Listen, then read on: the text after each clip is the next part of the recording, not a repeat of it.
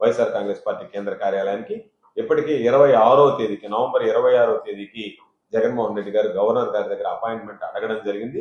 Governor గారు ఇచ్చేటువంటి appointment ను బట్టి అందరం ఇవి ఉన్నటువంటి కోటి సంతకాలు సేకరణతో ఉన్నటువంటి వాళ్ళ వినతి పత్రాలు, ప్రజల వినతి పత్రాలు, వాటితో పాటు నియోజకవర్గాలకు సంబంధించినటువంటి ఇన్ఛార్జీలు, వైఎస్ఆర్ కాంగ్రెస్ పార్టీకి సంబంధించినటువంటి ప్రధాన నాయకులు అందరం కూడా వెళ్లి గవర్నర్ గారిని కలవడం జరుగుతుంది. దీని వెనక ఇప్పటికే అనేక రకాలైనటువంటి డిమాండ్లు ఈరోజు తీసుకురావడం జరిగింది ప్రభుత్వానికి.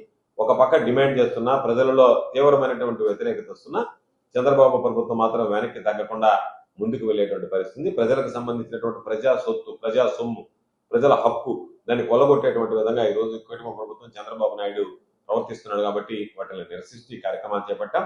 ఎందుకు ప్రధానంగా ఈ కార్యక్రమం చేపట్టామంటే జగన్మోహన్ రెడ్డి గారు 17 మెడికల్ కాలేజీలు తీసుకొస్తే 7 కాలేజీలు పూర్తి అయితే 5 కాలేజీలు అడ్మిషన్లు కూడా జరిగితే వాటన్నిటిని పక్కన పెట్టి 10 కాలేజీలు ప్రైవేటీకరణ చేస్తానని చెప్పడం, కోట్ల రూపాయల ప్రజా సొత్తు ఈరోజు 850 ఎకరాలకు సంబంధించినటువంటి భూమిని సేకరిస్తే ఎకరా 100 రూపాయలకి ఇచ్చేస్తానని చెప్పి మాట్లాడడం.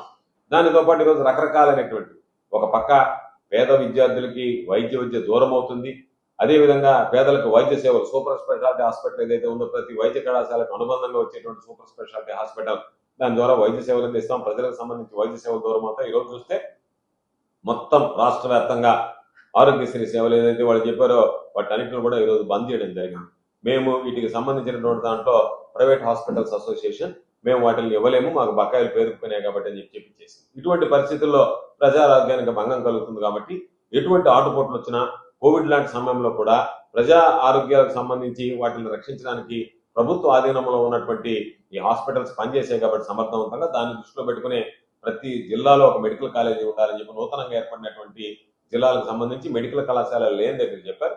దానికి సంబంధించి నిన్న నర్సీపట్నంలో అయ్యన్న పాత్రుడు గారు జీవోనే లేదన్నాడు. అయ్యన్న పాత్రుడు గారు దానికి సంబంధించినటువంటి ఒక స్పీకర్ గా ఉన్నటువంటి వ్యక్తి, గౌరవప్రదమైనటువంటి వ్యక్తి, రాజ్యాంగబద్ధంగా పదవి నిర్వహిస్తున్నటువంటి వ్యక్తి ఎంత అబద్ధాలు మాట్లాడాడు అనంటే దానికి సంబంధించి ఉత్తర్వులు లేదంటే జగన్మోహన్ రెడ్డి గారిని వెళ్ళి నర్సీపట్నం నడిబొడ్డులో ఆ ఆసుపత్రి ముందు నిలబడి ఆసుపత్రి గురించి వివరించాడు. ఉన్నటువంటి జీవోలు అన్ని కూడా ప్రజలకు చూపించడం జరిగింది. కాబట్టి కూటమి ప్రభుత్వం తప్పును ఒప్పుకోకుండా దానిని జగన్మోహన్ రెడ్డి గారు తీసుకొచ్చినటువంటి కాలేజీలను అమ్ముకుంటూ సొమ్ము చేసుకుంటూ జగన్మోహన్ రెడ్డి గారి మీద నిందలు వేయడానికి ప్రయత్నించడం అనేటువంటి దుర్మార్గం అనేటువంటి దీన్ని ప్రజలు హర్షించరు.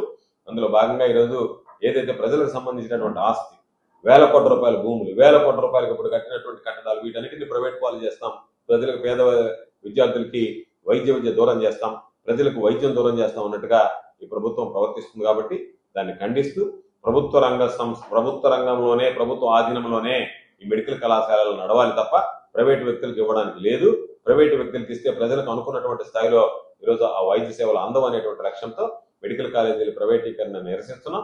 అన్ని పార్టీలు, అన్ని విద్యార్థి సంఘాల దగ్గర నుంచి, ప్రజా సంఘాల దగ్గర నుంచి, పౌర హక్కుల సంఘాల దగ్గర నుంచి, మేధావుల దగ్గర నుంచి అన్ని రకాలైనటువంటి వాళ్ళు వ్యతిరేకిస్తున్నా చంద్రబాబు మాత్రం ముందుకు వెళ్లేటువంటి పరిస్థితి కనిపిస్తుంది.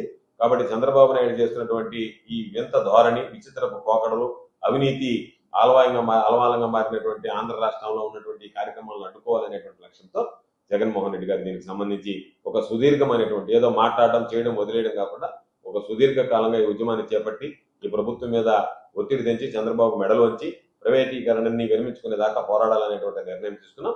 అందులో భాగంగానే ఈరోజు అంచెలంచెలుగా ఈ కోటి సంతకాల సేకరణ ఉద్యమానికి సంబంధించి ఈరోజు జిల్లా కార్యాలయంలో పెద్దలందరి సమక్షంలో శ్రీకారం చుట్టడం జరిగింది. ఇదే విధంగా రాబోయేటువంటి రోజుల్లో వైఎస్ఆర్ కాంగ్రెస్ పార్టీ ప్రజల పక్షాన నిలబడి ప్రజలకు సంబంధించినటువంటి వాటిలో ప్రభుత్వం తీసుకున్నటువంటి ప్రజా వ్యతిరేక విధానాల పట్ల మా పోరాటం కొనసాగుతుంది.